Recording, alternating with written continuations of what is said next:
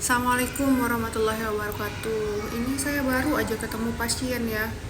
Aduh, saya pengen ingetin teman-teman semua untuk kalau teman-teman ibu-ibu yang punya anak perempuan harus benar-benar dijaga anak perempuannya baik-baik. Jangan gampang percaya kalau mereka minta izin untuk nginep di rumah temennya, siapapun itu. Kalau kita nggak kenal baik anak itu, jadi jangan segampang itu untuk memberikan izin pada anak-anak perempuan kita ya. Jadi ini saya baru kedatangan pasien, umurnya baru 10 tahun ya, 10 tahun. Kemudian dia izin sama dibawa sama tantenya karena dia itu baru abis pulang nginep dari rumah temennya katanya gitu. Dan ini temennya itu dia kenal cuman dari sosmed, dari Instagram, teman main, teman perempuannya, sama-sama umurnya 10-11 tahun.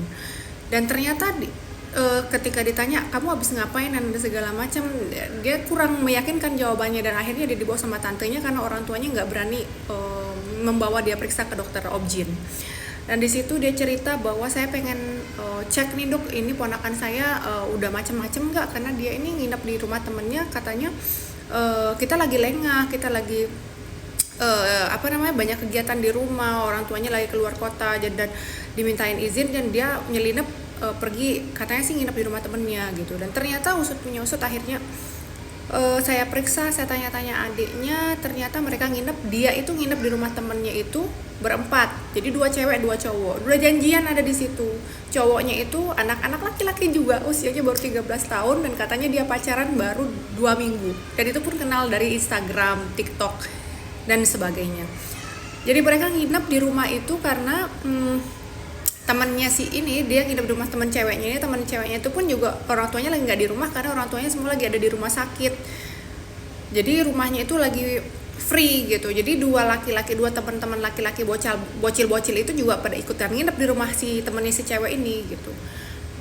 Ya Allah ya Robi. Dan di situ saya tanya, kemudian saya periksa. Sebelum saya periksa saya tanya memang kan, gimana kejadiannya di sana, kamu udah ngapain aja. Dan tentunya dengan pendekatan psikologi kepada anak-anak, akhirnya sebelumnya dia nggak mau ngaku sama tantenya, sama om, sama bapak ibunya kalau dia udah ngapa-ngapain. Dan ternyata di situ ternyata ketika sama saya dia ngaku, iya saya sudah, mohon maaf ya, ciuman, sudah dipegang bagian atas dan juga di bagian bawah. Saya tanya apakah itu cuman pegang aja atau memang sudah sampai terjadi macam-macam, dan ternyata sudah terjadi hubungan badan antara si anak ini, si pasien ini sama laki-laki itu, yang baru dia kenal baru 2 minggu, dan itu dia kenal cuman dari Instagram, DM, dan juga dari TikTok dan sebagainya.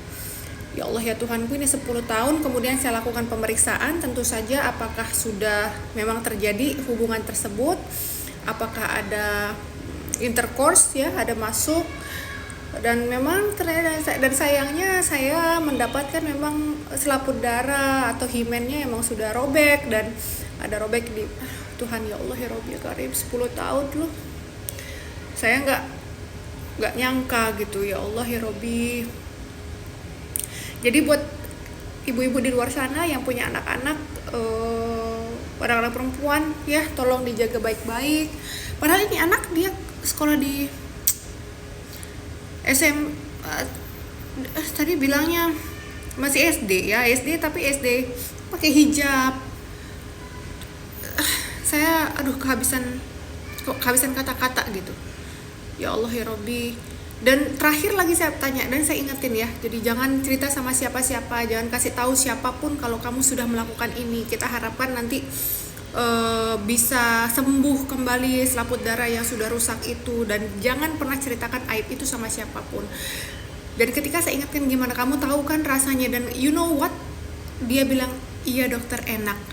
Ya Allah, saya kira dia akan ada traumatis ya, ada trauma terhadap kejadian tersebut. Dengan segitu saya ingetin efek jangka panjangnya, dampak buruknya, ada kemungkinan ini itu dan segala macam. Dan tapi dia bilang kalau itu adalah pengalaman yang menyenangkan untuk dia. Ya Allah ya Robbi. Jadi saya sampai nggak habis pikir, dan saya ingetin lagi ke keluarganya waktu itu, ini ya harus dijaga baik-baik, kalau bisa dibawa ke psikolog anak karena emang sudah pola pikirnya udah aneh gitu. Jadi hati-hati buat ibu-ibu di luar sana yang punya anak perempuan pada khususnya, tolong dijaga baik-baik pergaulannya, jangan terlalu bebas dan jangan terlalu gampang memberikan izin, tolong dikontrol. Dan peran kita sebagai ibu di rumah tangga itu, ibu ataupun ayahnya juga sangat penting untuk menjaga anak-anak kita, apalagi untuk masa depannya di kemudian hari. Oke?